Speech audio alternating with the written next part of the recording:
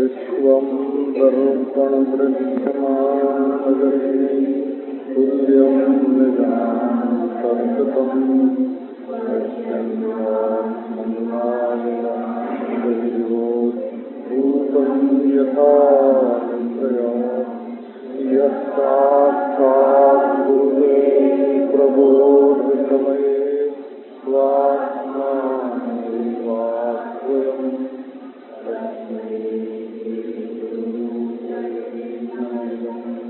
श्रीदक्षिणामूर्तये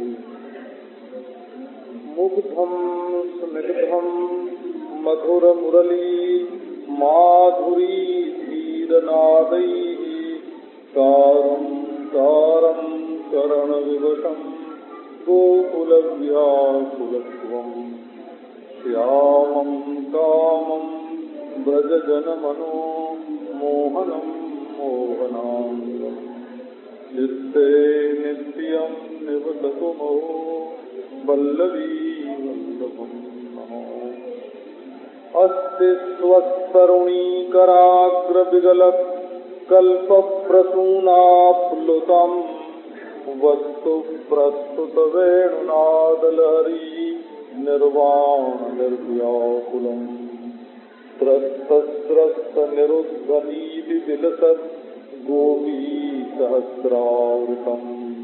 हस्तन्यस्तनतापवर्गमखिलो सारं विदुराकृति ॐ शान्ति शान्ति शान्ति इति विक्लवितं तासां श्रुत्वा योगेश्वरेश्वरः प्रहस्य सदयं गोपीः आत्मा रामोऽप्यरीरमतो साधुसमेताभिरुदारचेष्टिता प्रिये क्षणोत्फुल्लमुखी विरञ्जता उदारः सद्विजकुन्ददीधितिर्यरोचतैणां दैवो दुहिर्भृतः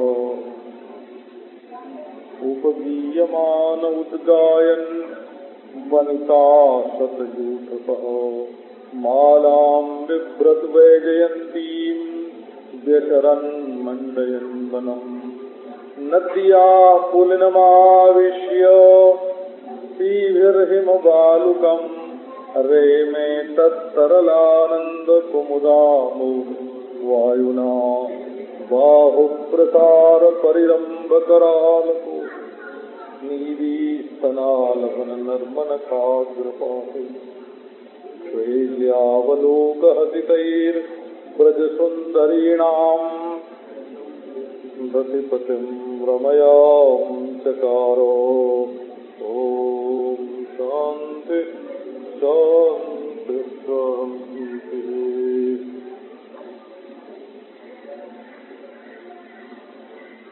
जैसे धर्मशास्त्र, अर्थशास्त्र, कामशास्त्र, मोक्ष शास्त्र ये अलग अलग शास्त्र हैं, वैसे एक प्रेम शास्त्र भी है।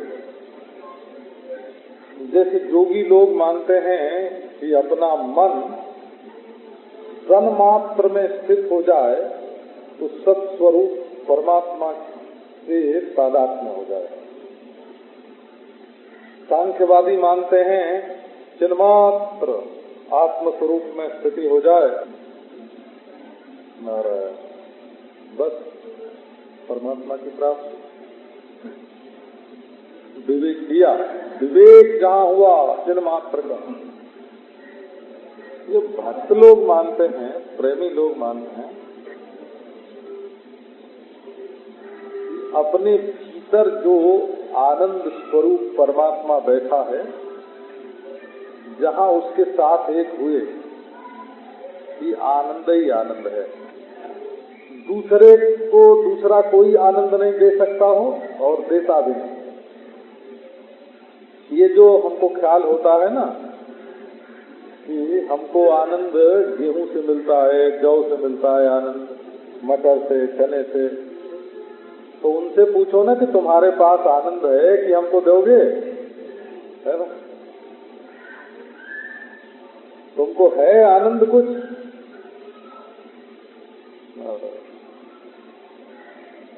तो आनंद का स्वभाव ये है कि वो अपने हृदय में होता है।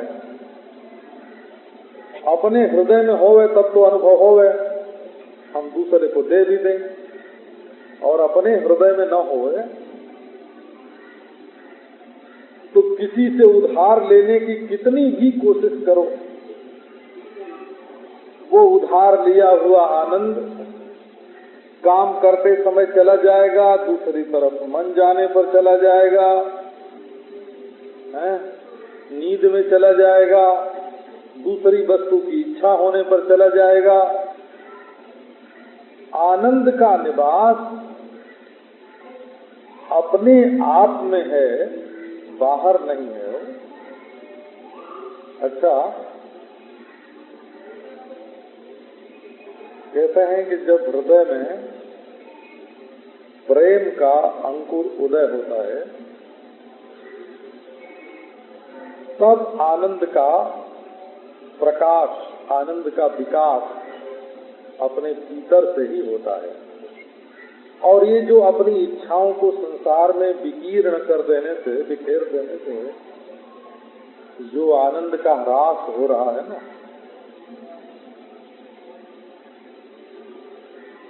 ये रास समाप्त हो जाता है। देखो, है रास आनंद है, लेकिन उसके साथ जब हा लग जाता है ना, तब उसमें हाय हाय मच जाती है। बोला रास, ये अंग्रेजी में एक ऐसा ही शब्द है जिसका अर्थ हानि होता है।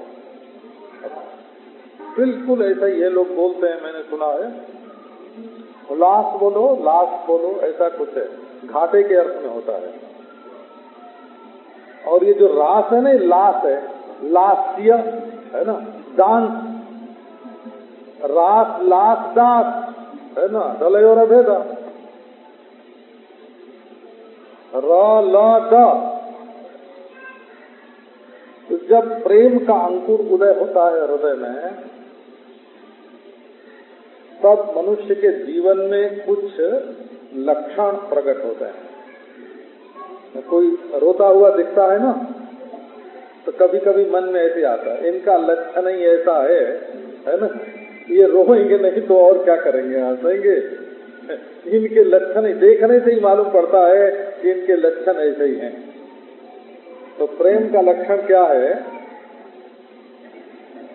एक तो अगर कोई अपराध करता हो तो क्षमा कर देना, उसके अपराध की परंपरा को आगे नहीं बढ़ाना, नहीं तो प्रियतम का स्मरण छूट के अपराधी का स्मरण होने लग जाएगा। दिल में जहाँ तुम्हारे प्रीतम बैठता है, प्रीतम शब्द भी ठीक है ना, जैसे प्रियतम है वैसे प्रीतम भी है ना। तो हृदय के सिंहासन पर जहाँ प्रीतम को बैठाना है, वहाँ जब अपराधी को दंड करने देने जाओगे ना, तो अपराधी आके बैठ जाएगा। जिसको तुम अपने घर में नहीं आने देना चाहते, गांव में नहीं आने देना चाहते, जिसको तुम धरती पर नहीं रहने देना चाहते, वो आके तुम्हारे दिल में बैठ जाएगा। अगर उसको क्षमा करके बाहर का बाहर ही न छोड़ दिया तो प्रेम का पहला लक्षण है क्षमा, और दूसरा लक्षण है अपने समय को व्यर्थ नहीं गंवाना, सारा समय अपने प्रियतम को सुख पहुंचाने की क्रिया करने में व्यतीत हो, चाहे उसके लिए चंदन घिसो, चाहे माला हो, चाहे रोटी बनाओ, चाहे उससे मिलने के लिए थोड़ी देर सो के विश्राम कर लो, लेकिन समय सारा का सारा उसके लिए होना चाहिए। और चौथी बात होनी चाहिए कि किसी दूसरे से राग न हो, अपराधी के प्रति क्षमा है ना, शांति, और समय व्यर्थ न गंवाना। और तीसरी बात, किसी से राग नहीं करना। राग माने किसी का रंग अपने दिल पर चढ़ जाए। आंख बंद करते हैं तो किसकी सूरत, किसकी मूरत दिखती है मन में? बेटे की याद आती है, भाई की याद आती है, दुश्मन की याद आती है ना, मित्र की, स्त्री की, पुत्र की, है ना। जिसका राग है आंख बंद करने पर वो दिल में दिखाई पड़ता है, वो तो उसका रंग चढ़ा हुआ है, तस्वीर बन गई है उसके दिल में। तो वो तस्वीर किसी दूसरे की नहीं होनी चाहिए, अपने प्रियतम की होनी चाहिए, परमात्मा की होनी चाहिए, भगवान की होनी चाहिए, मुरली मनोहर पीताम्बरधारी श्याम सुंदर की होनी चाहिए। और चौथी बात ये होनी चाहिए, देखो राग में बताया ना, राग में मूर्ति प्रियतम की नहीं आवेगी हृदय में, दूसरे से होगी, दूसरे से होगी। और चौथी बात यह है, एक मान होता है हृदय में, हो अभिमान उसको बोलते हैं। तो सब दुखों की जड़ यही है। दुनिया में जितने दुख हैं उनका बीज अभिमान में रहता है, क्योंकि वासना अपनी पूरी नहीं हुई तो मालूम होगा अपना अपमान हो गया। अपमान किसका होता है? अपमान आत्मा का नहीं होता, प्रेमी का अपमान नहीं होता, अभिमान का अपमान होता है। वो अपनी इच्छा के विपरीत कुछ हो गया तो अभिमान पर चोट लगी, और अपनी इच्छा के अनुकूल हुआ तो अभिमान का वजन थोड़ा और बढ़ गया। इच्छा की प्रतिकूलता में भी दुख और इच्छा की अनुकूलता में भी दुख, हर्ष और विषाद दोनों ही दुख के मूल हैं। तो हंसना हो तो प्यारे की याद करके, और रोना हो तो प्यारे के लिए, है ना। ये जो दुनिया की चोट बैठती है अपने मान पर, वो नहीं बैठनी चाहिए। नहीं तो इसने आंख टेढ़ी करके देख लिया, इसने उंगली दिखा दी, है ना, हमारे कहने पर भी इसने ये काम नहीं किया, हमको क्या समझता है ना। अपने अभिमान की रक्षा में जब आदमी लग जाता है तब वो स्वनिष्ठ हो जाता है। बोला, स्वनिष्ठ हो जाने के कारण भगवत प्रेम नहीं होता है। ये बात गोपियों के जीवन में आगे आई है, जब उन्होंने अपने को परम सुंदरी माना और ये ख्याल हुआ, दूसरे का ख्याल नहीं आया। ये नहीं कि गोपियों के मन में कोई दूसरे से प्रेम था, उनकी याद करने लगे। उन्हें अपनी याद आई कि हम इतनी बड़ी, है ना। और कृष्ण ने कहा कि अब शीशा ले लो गोपियों और अपना मुंह उसमें देखो, अब हम तुम्हारे सामने रहने वाले नहीं हैं, क्योंकि जब तुम ही इतनी बड़ी हो तो शीशे में अपना मुंह देखो, हमें देखने की क्या जरूरत है। तासाम तत्सौभगमदम वीक्ष्य मानम पिठे सवा प्रथमाय प्रसादाय तत्रैवांतर मान शून्यता और आशा बंधा। आशा बंधों का क्या अर्थ है? किसी जीवन में हमको हमारे प्रियतम मिलेंगे, मिलेंगे राम, मिलेंगे राम, ये आशा दृढ़ बन जानी चाहिए। प्रेम में निराशा होने से वो शिथिल हो जाता है। जहां तक मिलन की आशा है वहां तक श्रृंगार रस है हो, और जहां मिलन की आशा टूट जाती है वहां करुण रस हो जाता है। बोला, मिलन की आशा टूटी और करुण रस आया, और मिलन की कल्पना बनी और कारुण्य गया, श्रृंगार आया। तो मन में आशा रहे, आशा, प्रतीक्षा और व्याकुलता, आशा बंधा समुत्कंठा, मिलने के लिए प्राण जैसे कंठ में लगे हों, और भगवान के नाम का मुख में आना, और उसके गुणगान और उसके धाम में रुचि। आशा बंधा समुत्कंठा नाम गाने सदारुचि आसक्ति तद्गुणाख्याने प्रीति तद बसति स्थले इत्यादयोनुभावास्यु जात भावांकुरे जने। हृदय में जब भाव का अंकुर उगे, नारायण प्रेम भाव का जब अंकुर उगता है तब ये पहचान, ये लक्षण आते हैं जिसको हम। तो प्रेम का अंकुर उदय होना, फिर उसका तना होना, उसमें पत्ते, उसमें फूल, उसमें फल, उसमें रस।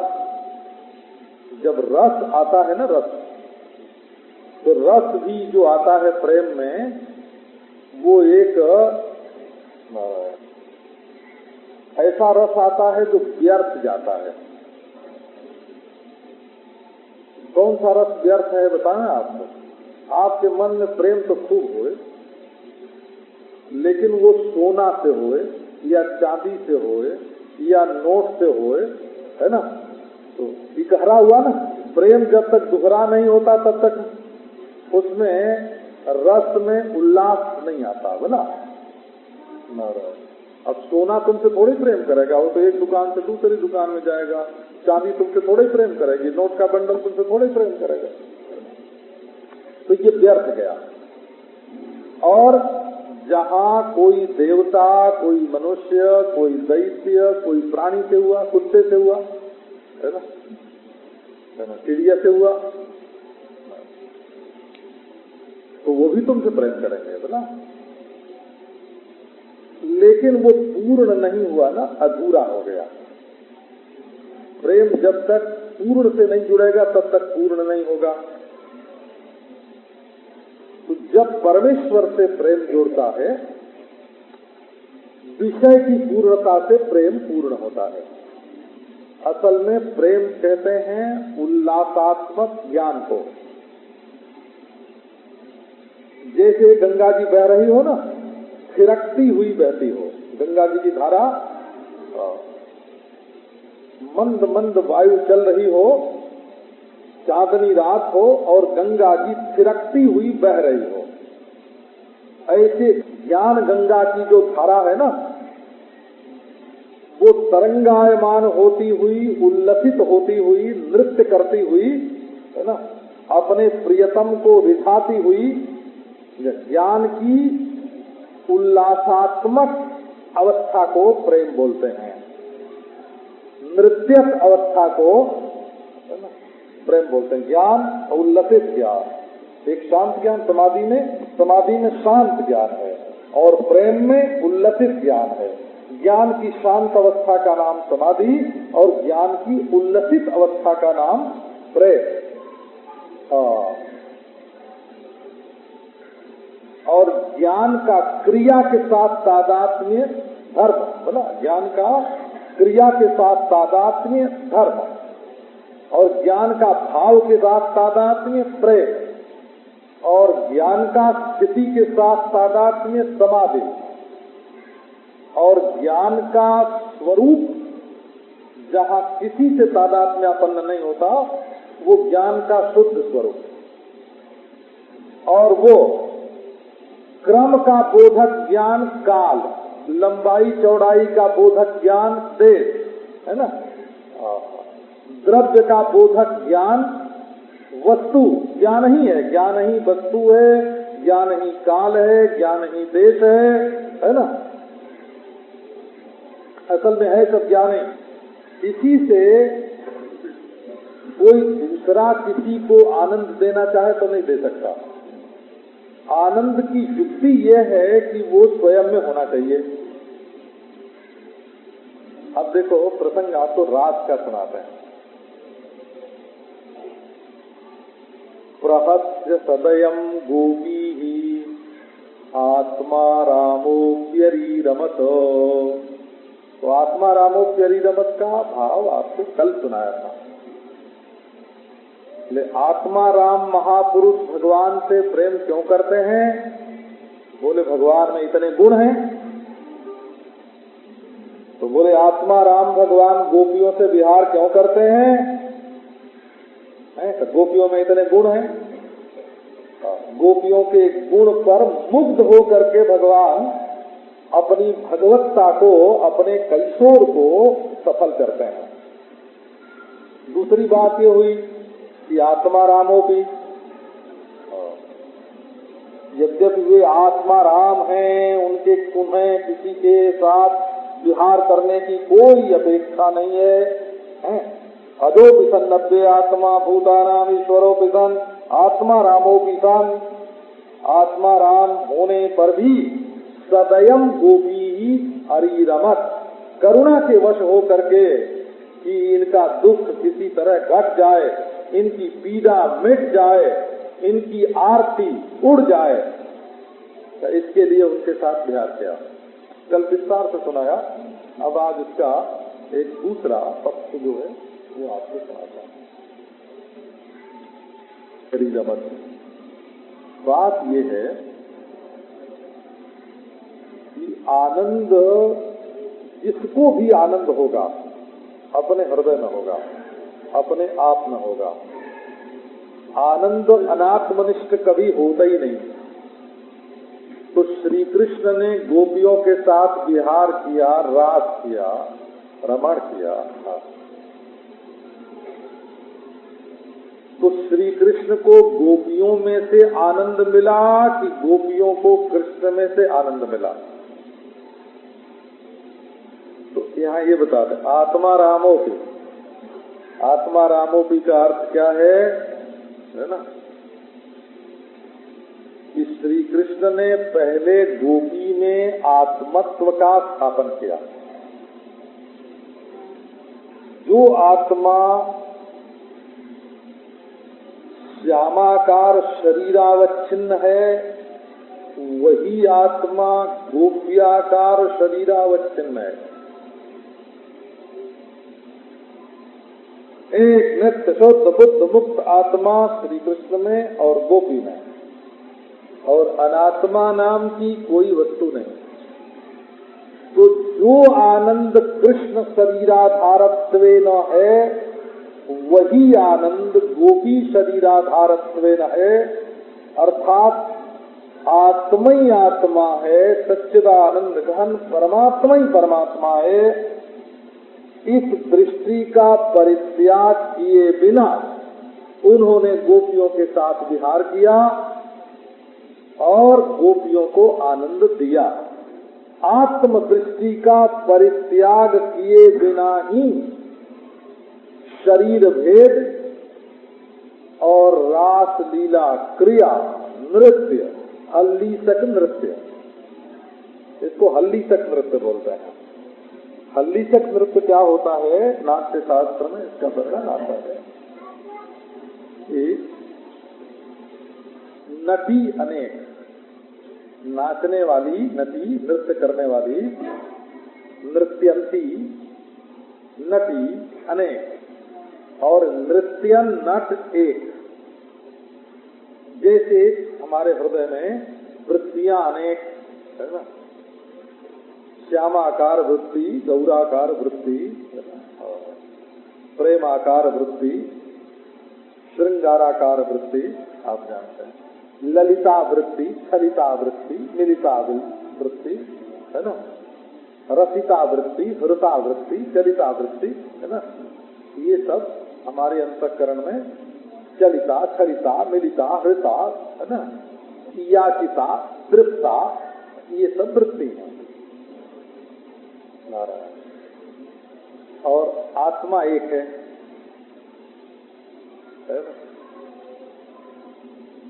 तो जैसे एक आत्मा अनेक वृत्तियों के साथ तत्त वृत्ति के उदय काल में, तत्त वृत्ति की शांति में, तत्त वृत्ति की संधि में है ना, तत्त वृत्ति के साबल्य में, जब वो एक मिल जाते हैं, उदित वृत्ति, स्थिर वृत्ति, शांत वृत्ति। स्थिर वृत्ति और शांत वृत्ति में थोड़ा फर्क होता है। और नारायण सबलित वृत्ति, एक वृत्ति दूसरे वृत्ति से मिलती हैं, और वृत्तियों की संधि, इनमें जैसे एक ही आत्मा है ना, उन वृत्तियों के उदय में, विलय में, शांति में, उत्थान में, पतन में एक ही आत्मा उनके साथ क्रीड़ा कर रहा है। ऐसे एक ही श्री कृष्ण, एक ही नट, एक ही नट जब अनेक गोपियों के साथ क्रीड़ा करता है तो उस नृत्य को हल्लीसक बोलते हैं, रास बोलते हैं। हो उस नृत्य का नाम रास है। इसमें देखो ऐसा विभाग किया है कि पहले तो एक एक जूथ में एक एक कृष्ण हुए, वनिता सत जूथ होता, एक एक मन मिला करके चलने वाली जो गोपियां, उनका एक झुंड, एक गुट, वनिता सत कोटि विराकुलिता, एक झुंड में एक कृष्ण। एक कक्षा की गोपियों में, एक मनोवृत्ति वाली गोपियों में एक कृष्ण। तब फिर क्या किया कि दो गोपियों के बीच में एक कृष्ण, और फिर जितनी गोपी उतने कृष्ण। इन तीनों कक्षाओं का वर्णन रास में है बोला। तो ये जो विरह से पूर्व का रास है ना, बाहु प्रसार परिलंब कराल कोरु, इसमें एक झुंड में एक कृष्ण, झुंड है सैकड़ों गोपियों के एक दल में, जहाँ मन मिलता है वो एक कृष्ण। क्योंकि मन मिले बिना वैरस्य हो जाता है, और वैरस्य का बीज जो है वो पहले ही पड़ गया था। अन्योन्य मलक्षितो देमाहा, एक दूसरे से छिपा करके जब गोपियां आई है ना, तो सब एक साथ कैसे रहे, तो वैरस्य का बीज था, वैमनस्य था। इसलिए भगवान ने कहा कि अच्छा भाई, इनको आनंद मिले, इसके लिए एक तरह की मन वालियों को एक साथ कर दो, क्योंकि सौमनस्य हुए बिना रस का उदय नहीं होता। रस के उदय के पूर्व रति चाहिए। रति माने स्थायी भाव चाहिए। तो रति स्थायी भाव होती है हो, तो जहाँ स्थायी भाव नहीं होगा वहाँ रस का उदय नहीं होगा। माने हमारे आनंद में बाधा क्या है, हमारे जीवन में रस क्यों नहीं आता, आनंद क्यों नहीं आता? इसका कारण यह है कि हमारे मन में भाव में स्थायित्व नहीं है ना। आलंबन, उद्दीपन, दोनों विभाव, अनुभाव, सात्विक, संचारी है ना, इनके द्वारा जो स्थायी भाव निष्पन्न होता है, वही स्थायी भाव रसत्व को प्राप्त होता है। तो यदि हमारे हृदय में स्थायी भाव का ही उदय नहीं हुआ, वही चल रहेगा, तो रस कहाँ से आवेगा?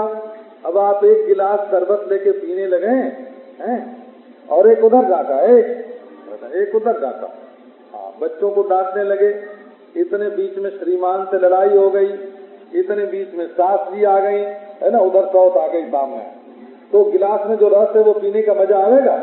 नहीं आवेगा, क्योंकि भाव में स्थायित्व हुए बिना रस की उत्पत्ति नहीं होती। वो तो सर्वथा हृदय की वस्तु है। तो भगवान ने गोपियों को रसदान कैसे किया, ये प्रक्रिया बताते हैं हो, है ना। प्रहस्य सदयम गोपी, बोले बावरी है, ये गोदी है बड़ी, है ना।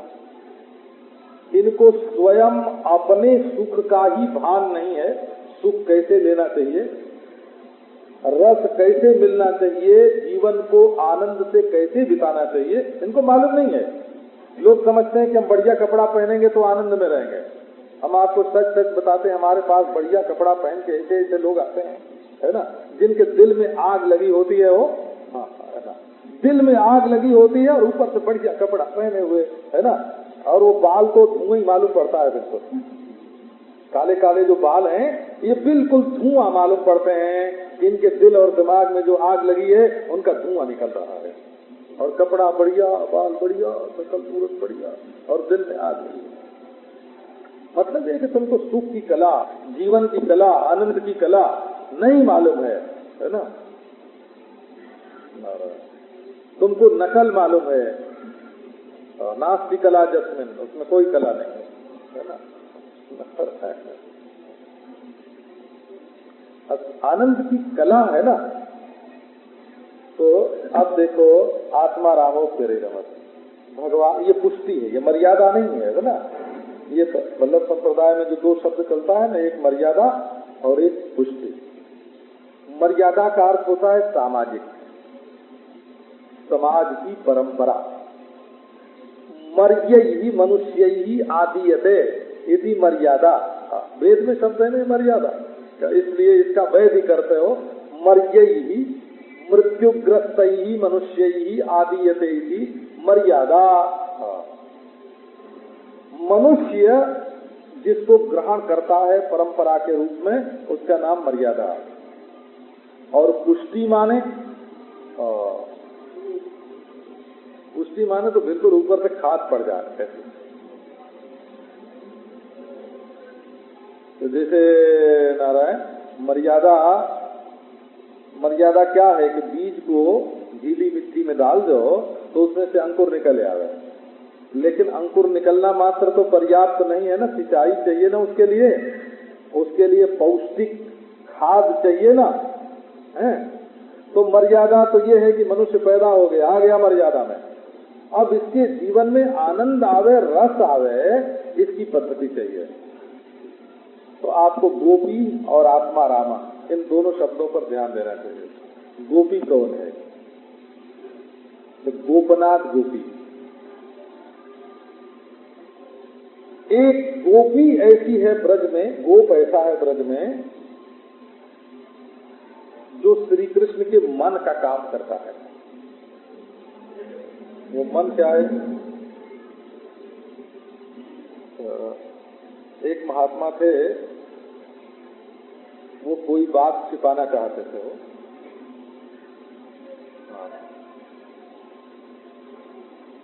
तो अब उनके चेले का क्या धर्म हुआ, है ना?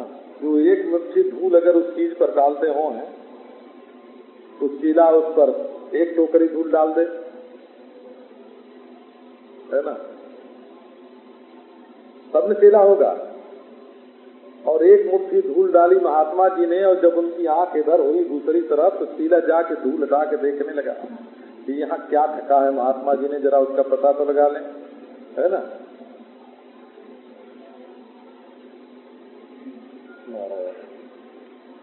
देखो प्रेम की बात आपको बताते हैं, ये प्रेम है। वो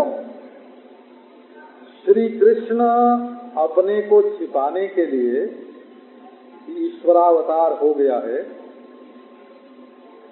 मथुरा से भगवान की जगह बालक बनकर वसुदेव जी की गोद में बैठकर रातों रात गोकुल आए। गोकुल वाले चाहते तो इस रहस्य को 1 मिनट में उखाड़ सकते थे, लेकिन उन्होंने कहा कि जब श्री कृष्ण इसको छिपाना चाहते हैं, भगवान इसको छिपाना चाहते हैं, है ना, तो अगर वो बच्चे बन करके अपने ईश्वरत्व को छिपाना चाहते हैं, तो हम चोर बना करके उनके ईश्वरत्व को छिपावेंगे, है ना? चोर अब कंस कैसे कहेगा कि ईश्वर, है ना? ये देखो, एक मुट्ठी धूल पर उन्होंने एक टोकरी धूल डाली कि नहीं डाली, इसका नाम प्रेम है। वो, है ना? खुफिया गिरी का नाम प्रेम नहीं होता, है ना? आपको देखो, घर की किसी के कच्ची बात बताना तो ठीक नहीं है, और नाम नहीं लेंगे हम, है ना? एक घर में बहू और उसके पति दोनों बड़े दुखी थे। तो क्या दुखी थे कि जब रात को कमरे में सोते तो उनके जो बूढ़े ससुर है ना, वो उठ के आते और खिड़की में से झांकते कि हमारे बहू और बेटे क्या कर रहे हैं। तो बड़ी लड़ाई हुई घर में, है ना? अलग होते होते बच गया, बहुत लड़ाई हुई। प्रेम का मतलब ये नहीं होता है ना? सीआईडी-पना प्रेम में नहीं किया जाता, खुफियागिरी नहीं होती वहां। तो छंदानुवृत्ति दोषा दिया। एक बार अगर मन में कोई बात खटक गई, है ना, अगर एक बार मन में खटक गई कोई बात, तो हमेशा के लिए खटक जाती है। तो कृष्ण ने कहा कि हम ईश्वर नहीं, हम गोप बालक। और गोपियों ने हल्ला किया गांव में, चोर चोर चोर। किसने चोरी की? नंदन। कंस ने कहा कि यदि वो हमारा दुश्मन होता तो चोरी थोड़ी करता, है ना? बोले अरे उसने तो हमारे साथ छेड़छाड़ की, वो तो माखन चुराता है। है ना, वो तो गगरी फोड़ता है ना। ये देखो, ये गोपनाथ, गोपनाथ माने श्री कृष्ण के रहस्य को गुप्त रखने वाली होने के कारण गोपी का नाम गोपी है, गोप का नाम गोप है ना। और जब कृष्ण कहते कि हम तो हैं बालक, और गोपियां कहती नहीं नहीं ये ईश्वर हैं, ईश्वर हैं, ईश्वर हैं, नारायण, तो वो कंस का काम करती कि कृष्ण का काम करते हैं? वो कंस की खुफिया होती हैं। अगर वो हल्ला ये बात जाहिर कर देती कि कृष्ण ईश्वर है तो वो कंस की खुफिया हो जाते हैं, और जब उन्होंने कृष्ण के ईश्वरत्व को दबा दिया तो वो कृष्ण की प्रेमिका हो गए। गोपनाथ, गोपनाथ गोपिया। अच्छा आप देखो दूसरी बात देखो, गोभी पिबंती, गाह पांती, गाह पांती थी गोपा। ये विष्णु गोपा अदाभ्या, ऋग्वेद में श्रुति है, विष्णु का एक नाम गोप भी है, गोप, गाह पांती। तो भगवान किसको मिलते हैं कि जो अपनी इंद्रियों को सुरक्षित रखता है। गावः इंद्रियाणि, गाह पांति, संयमी पुरुष को भगवान मिलते हैं। घड़े में, ये घड़े में रस भरा है हो, और घड़े में छेद हैं, तो इनसे जो अपने रस को बहा देगा वो भगवान के सामने क्या लेके जाए। एक हमने पढ़ा था बचपन में, एक सज्जन कोई नारायण वैकुंठ में गए मरने के बाद, तो जब वैकुंठ में पहुंचे तो वहां फाटक बंद। अब रोए कि हे भगवान हमारे लिए फाटक खुले, प्रार्थना करें, नाम लेके पुकारें, फाटक न खुले नाम लेने से, न प्रार्थना करने से, न रोने से। जब बहुत व्याकुल हुए तब आकाशवाणी हुई कि भक्तराज तुम मर्त्यलोक से वैकुंठ में आए हो, तो मेरे लिए कोई गुप्त चीज ले आए हो, भेंट की सब झूठी लाए हो। जो वस्तु दुनिया में जाहिर कर दी जाती है ना वो झूठी हो जाती है। जब तुम अपने हृदय की पेटी में, हृदय के संदूक में बंद करके कोई ऐसा गुप्त हीरा ले आए हो हमारे लिए भेंट में चढ़ाने के लिए, कि सब जाहिर करके आए, तो बोले कि महाराज तो सब जाहिर हो गया न, प्रेम जबान पर आने पर उच्छिष्ट हो जाता है, झूठा हो जाता है ना। प्रेम में ईर्ष्या आने पर नरक हो जाता है, प्रेम जबान पर आने पर नरक है, झूठा हो जाता है।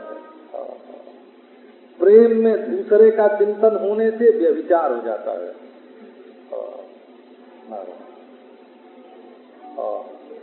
और प्रेम जब क्रिया में उतरता है ना तब वो सेवा बन जाता है, और प्रेम जब शास्त्रोक्त विधान में आता है तब परम धर्म बन जाता है।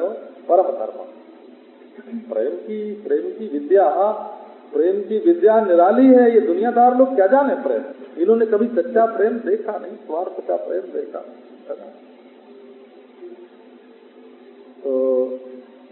तो है ना, गाह पांते थे, अपनी इंद्रियों के छिद्र बंद करके संयम में प्रेमामृत भर के, हृदय कलश में प्रेमामृत भर के उस निश्चिद्र हृदय का कलश ले जाके भगवान के सामने उपस्थित किया, तुम अमृत पियो। तो ये कौन हुआ है? गोपी हुई हो। इसने कहीं बहने नहीं दिया, प्रेम में ईर्ष्या नहीं आने दी, प्रेम को नरक नहीं बनाया, प्रेम को उच्छिष्ट नहीं किया, है ना, प्रेम को अधर्म नहीं होने दिया। प्रेम को लेके भगवान के पीछे भी को गोपी बोलते हैं। गोभी पिबंती, पांति है ना, गाह पांति गोभी पिबंती। ये नारायण आंख से कृष्ण को पीती हैं, कान से कृष्ण को सुनती हैं, नाक से कृष्ण को सूंघती हैं, जीभ से कृष्ण को चाटती हैं, त्वचा से कृष्ण के साथ लिपटती हैं। इन्होंने अपनी सब इंद्रियों को श्री कृष्ण के प्रति दे दिया। पिबन्ते इव चक्षुर्भ्याम लिहन्ते इव जिह्वया। आंखों से मानो कृष्ण को पी जाती हैं, जीभ से मानो चाट लेती हैं, रंभन तेव बाहुभ्याम, बाहों से मानो आलिंगन कर लेती हैं। ऐसे भागवत में इनके प्रेम का वर्णन है। तो कृष्ण ने कहा कि इनके भीतर वो रस स्थापित करें जो हमारा है, बोला आत्मा रामोपी, आत्मत्व है ना। अब यहाँ हाँ परकियापन बोलते हैं ना, परकियापन है काहे का है। यहाँ तो स्व पर का भेद ही नहीं है। जिस आत्मा में, जिस परमात्मा में, उसकी लीला का ये वर्णन है। तो अब भगवान ये कच्चा रस क्यों पिएंगे, ये देखो। माने योग्य रस भी तो योग्य होना चाहिए ना। हमको गांव की बात याद है, हो घर में गुड़ भी रहता और शक्कर भी रहती। ये पहले जमाने की बात है, जब शक्कर की इतनी मिले नहीं थी, है ना, इतनी शक्कर गांव में नहीं मिलती थी, तो घर में शक्कर भी रहती और गुड़ भी रहता।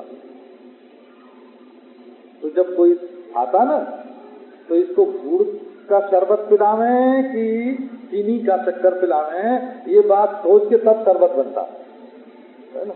कोई गरीब आदमी आया होता तो उसके लिए गुड़ का बनता है ना, और कोई रईस आदमी आया होता तो उसके लिए शक्कर का बनता है ना।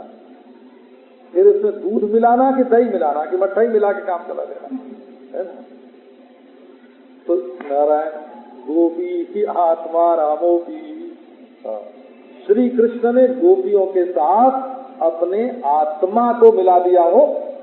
माने जो गोपी सो मैं, जो मैं सो गोपी, परकियापना की बिल्कुल निवृत्ति हो गई। आत्मा रामा, श्री कृष्ण गोपियों के साथ विहार करते हुए भी अनात्मदर्शी नहीं है, जड़दर्शी नहीं है, दृश्यदर्शी नहीं है, आत्मदर्शी है। और अरिरमत नारायण गोपियों को रस का दान कर रहे हैं और स्वयं रस ले रहे हैं। तो आपको बताया, पहले सुनाया आपको कि एक होता है रस जो हम सोना चांदी में से लेने की कोशिश करते हैं, और एक प्राणियों में से लेने की कोशिश करते हैं और देने की भी कोशिश करते हैं। लेकिन भगवान किससे रस लें? जब उनसे कोई ज्यादा रसीला होए तब न उससे रस लें। तो भगवान से ज्यादा, भगवान से अधिक रसीला तो और कोई है नहीं।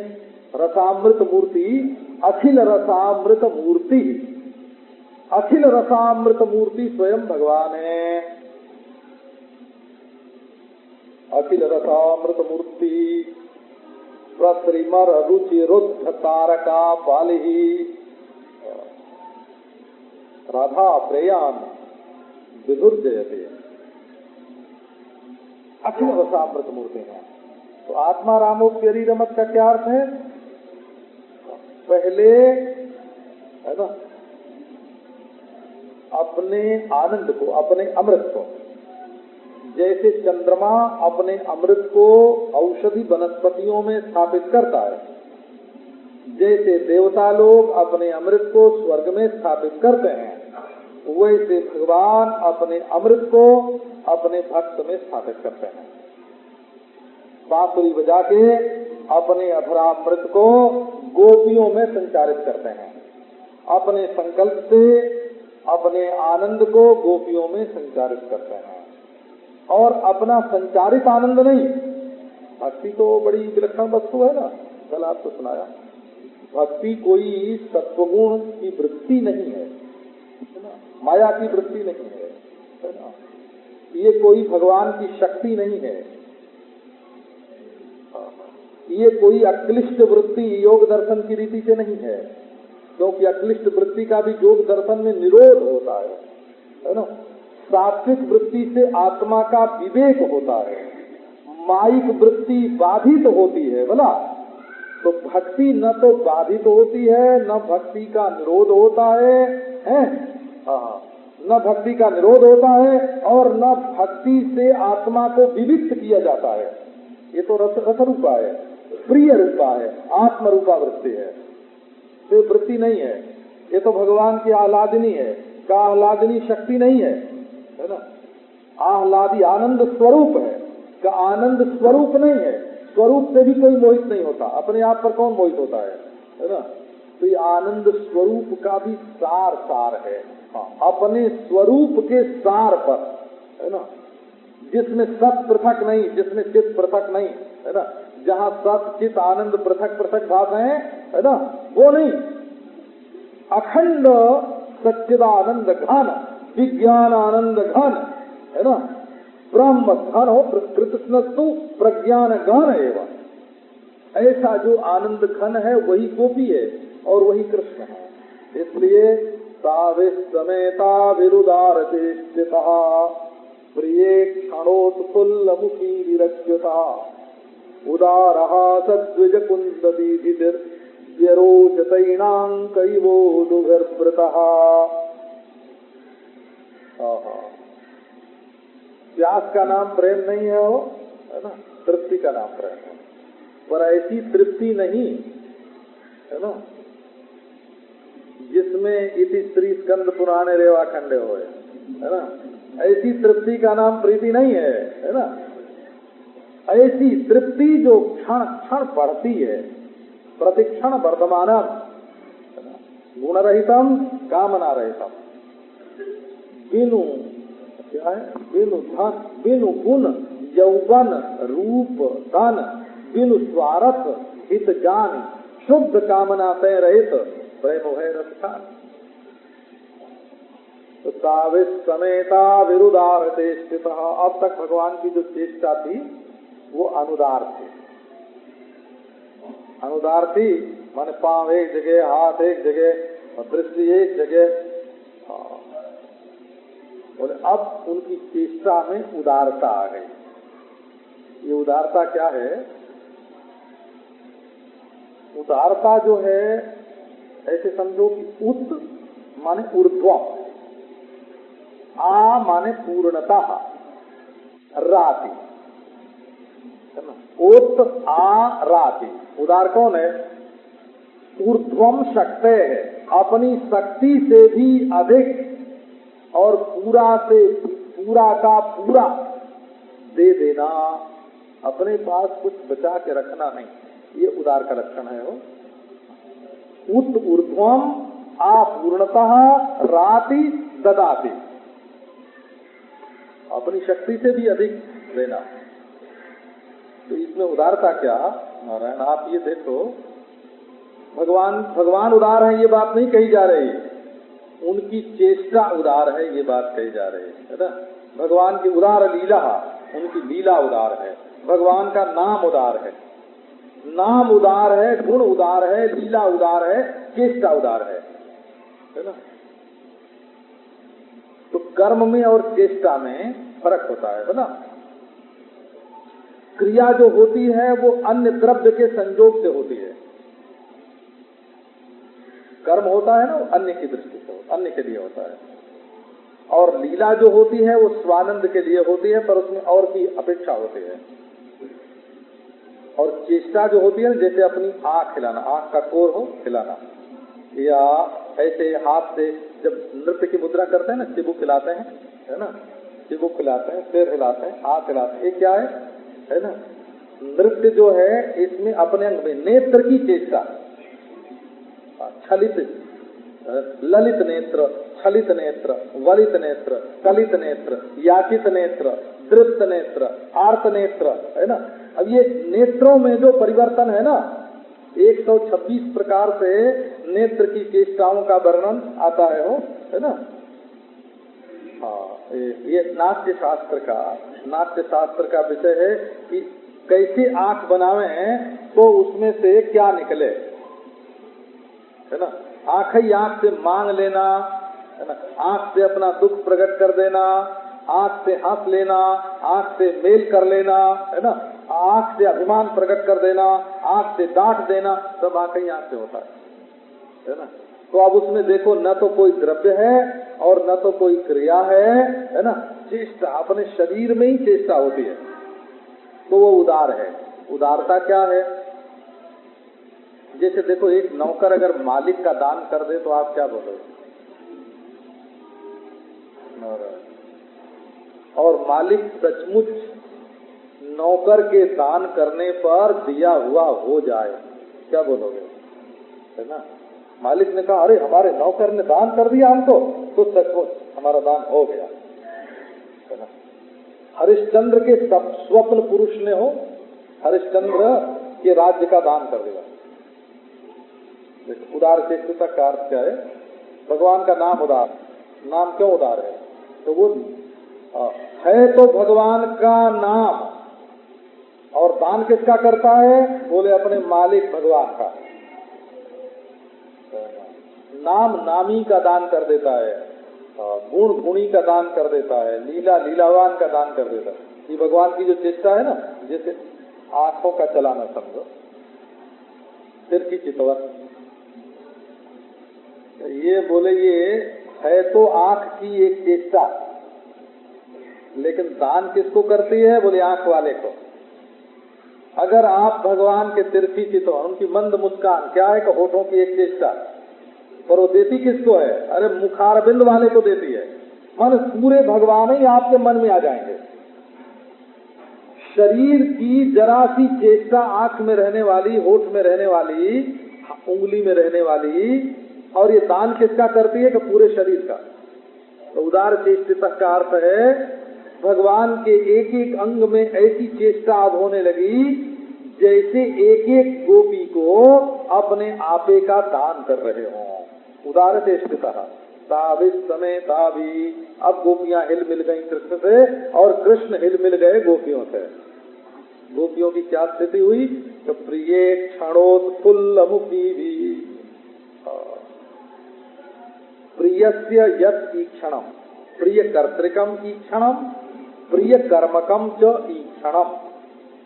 प्यारे का देखना और प्यारे को देखना, ये प्रिय से ईक्षणम में दोनों आवेगा हो।